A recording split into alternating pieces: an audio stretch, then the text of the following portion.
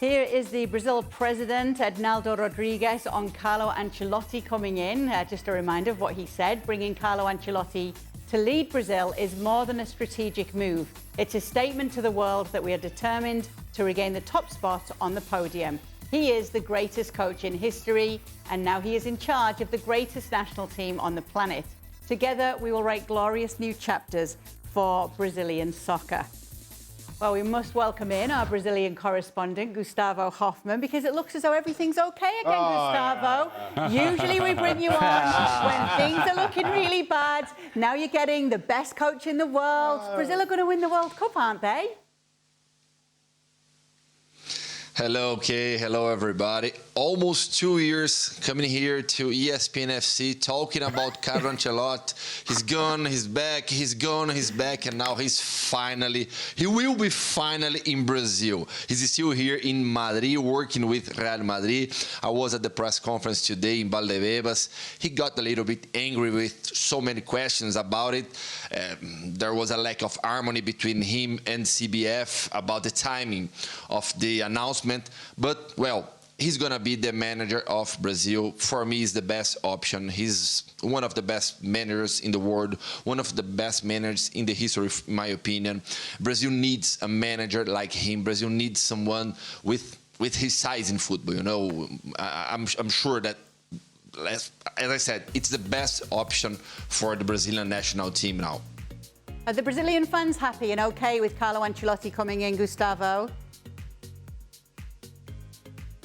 Well, the fan base in Brazil is really in love with Carlo Ancelotti.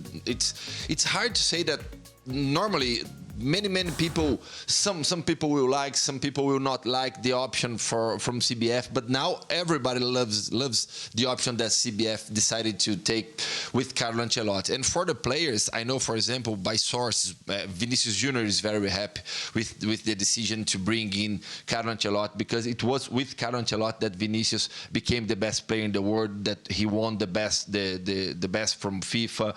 So, and also a very important matter, Carlo Ancelotti has a very good relationship with the Brazilian players, and not only now. I can quote Kaká, for example.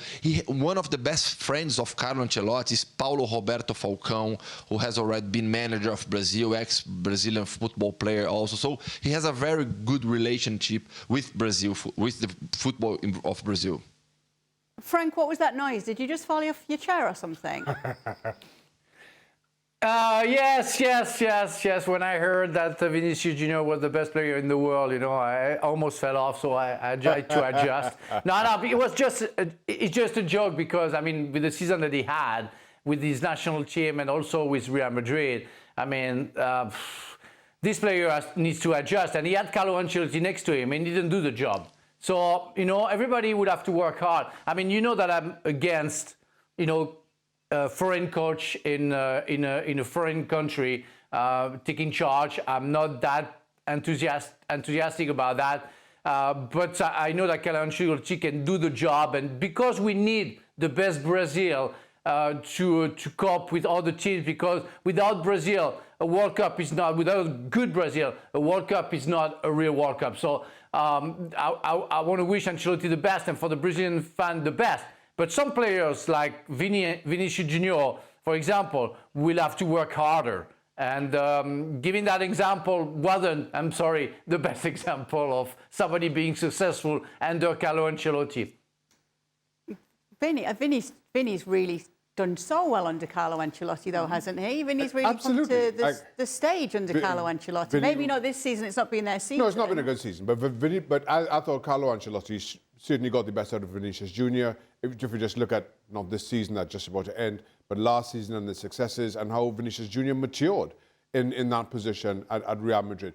Many wondered whether he could get the best out of him, and then all of a sudden he stepped up. And as I say, last season, I thought he was simply outstanding.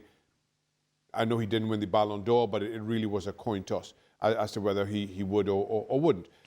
The thing is, and I'm with Frank in that world football needs a good Brazil. The World Cup needs a good Brazil, one that we haven't seen for quite some time.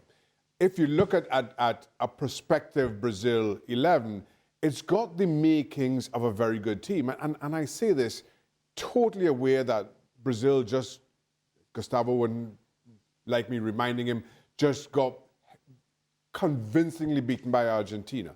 But you've got a spine where you could have Alisson in goal, you could have Marquinhos, Gabriel as your centre-backs, you could have Joe Linton and Guimarães as your midfielders. You could have a front three of Rodrygo, Rafinha, and Vinicius Jr. As a spine, that's as good as it gets. And again, when you look at that, you just feel you needed a manager who could get the best out of that team. Yes, there are other pieces to the puzzle that he'll have to work out, but there's no questioning that this Brazil team can compete at the highest level of international football. The one big ask is who's going to be kind of the emotional, psychological leader in the way that Neymar was in years gone by.